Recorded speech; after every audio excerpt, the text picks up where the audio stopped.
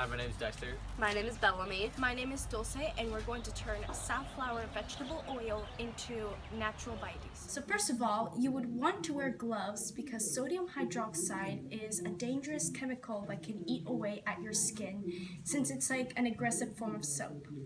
You will need 200 milliliters of methanol and 5 grams of sodium hydroxide. So what we will do is let the sodium hydroxide dissolve with the methanol in a small glass jar.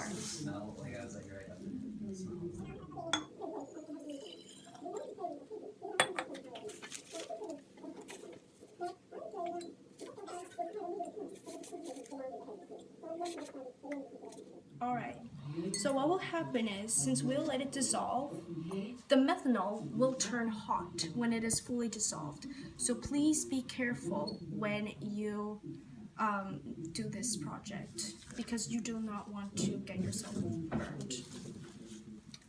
So while that happens, we have a 2-liter soda bottle.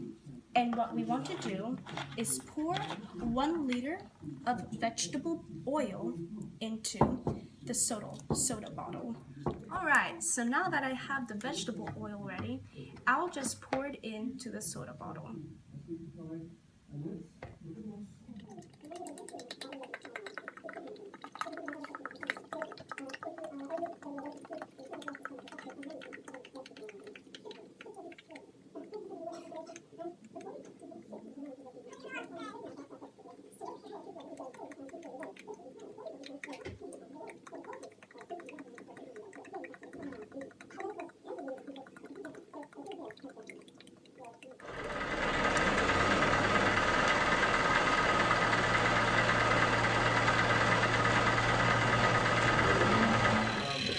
So what we're doing right now is waiting for the 5 grams of sodium hydroxide to dissolve. Now we will pour the mixture into the oil and it'll change color, and we'll mix it for around 2 minutes.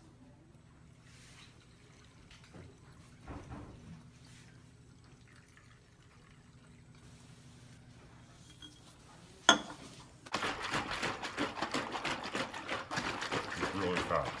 Yeah.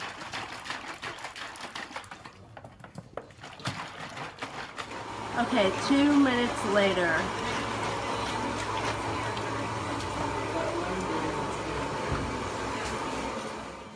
Now we'll wait an hour for the mixture to settle, and there should be 2 layers. So this is the result of waiting 24 hours for the glycerol to settle down and to create the natural biodiesel.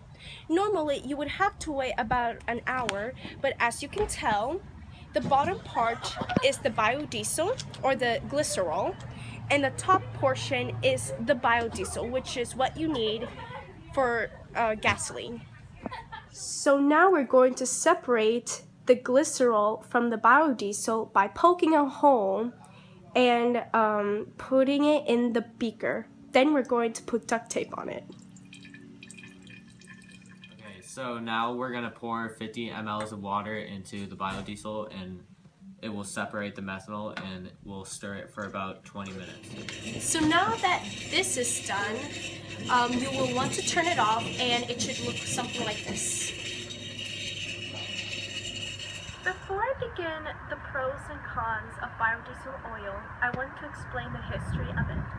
The history of biodiesel oil is believed to have begun in the mid-1800s with the process transesterification. Rudolf Diesel, a chemist, demonstrated his diesel engine at the Paris show in 1900, but he used pure peanut oil. By the 1900s, petroleum fuels were plentiful, cheap, and more sophisticated over time. Engines have adapted to these thinner petroleum fuels than the thicker vegetable oils. By the 1970s, there was a fuel crisis and the petroleum diesel prices soared.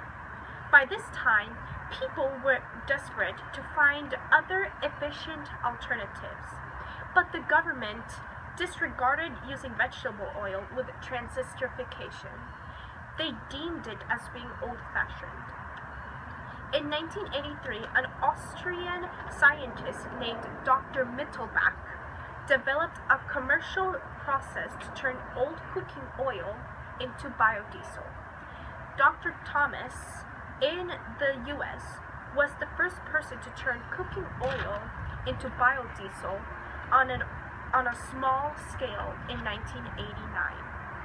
In 2000, the prices of fuel began to rise again, with the concerns of pollution and global warming. Biofuels have become more popular again, and if everybody used it, it would greatly benefit our world. Okay, so this is the pros of biodiesel. Biodiesel is renewable. It can be renewed more than one time in a generation. Carbon neutral gases use the same amount of CO2 as plants do.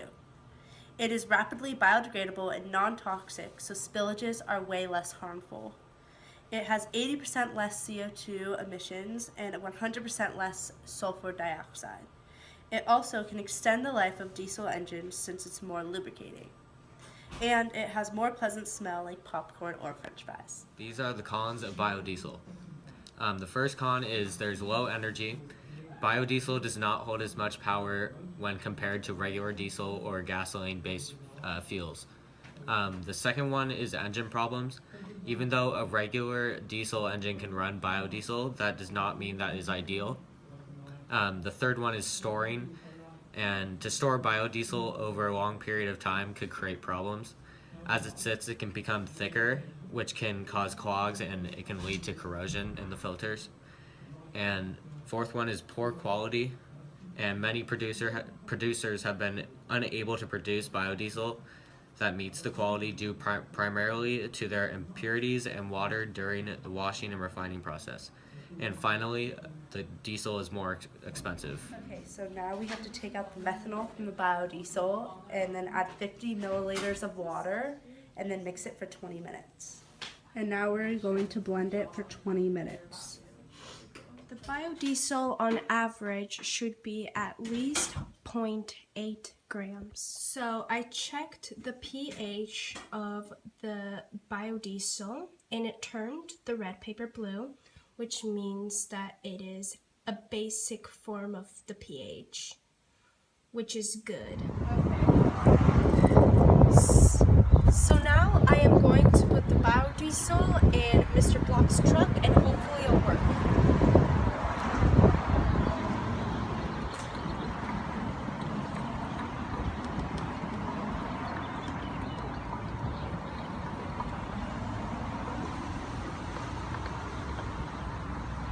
And it should be good to go.